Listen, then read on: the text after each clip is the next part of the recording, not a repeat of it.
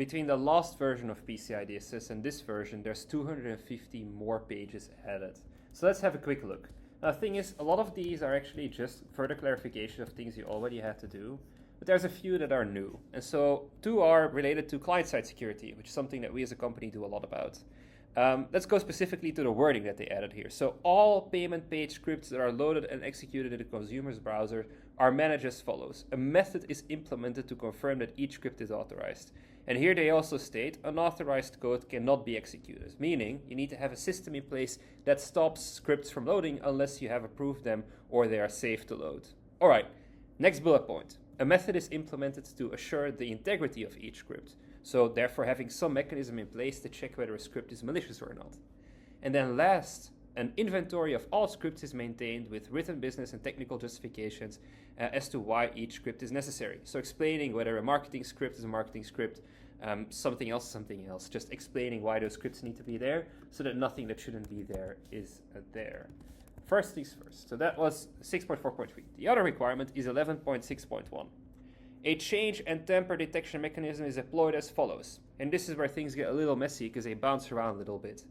To alert personnel of unauthorized modifications, including indicators of compromise, changes, additions, and deletions, to security impacting HTTP headers and the script contents. So it's talking about security headers and script contents of payment pages as received by the consumer's browser. The reason why is because of course, if there's an attack where they manage to make adjustments to the security headers themselves, you would want to be able to see that change happening and be alerted upon that. All right, then the mechanism is configured to evaluate and receive HTTP headers and payment pages. So just to check basically, well, what these things are doing and evaluate them. And then you need to report on it at least weekly or periodically as stated in 12.3.1. So at least weekly. A lot of tools in this space do not meet these requirements. They're not reporting upon these security headers that are changing, or they do not have visibility into the script contents. Another thing is if you're using a crawler-based solution, you may actually not meet the unauthorized script blocking like requirement here, so preventing an unauthorized code from being executed. And so it's really important that when you choose a vendor for these, that you basically meet a couple of basic bullet points. Do you have a mechanism in place that stops malicious scripts?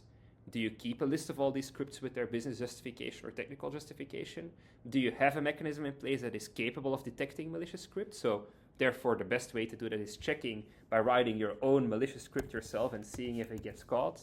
And then monitoring the actual security headers on the web page. And whatever solution that you buy, you actually want to show that you're checking the script contents, right? So if it's a solution that is just checking the URLs against a list of bad URLs and it can't show you the code, well then you can't say that it's checking the script contents. So therefore 11.6.1 can't be met.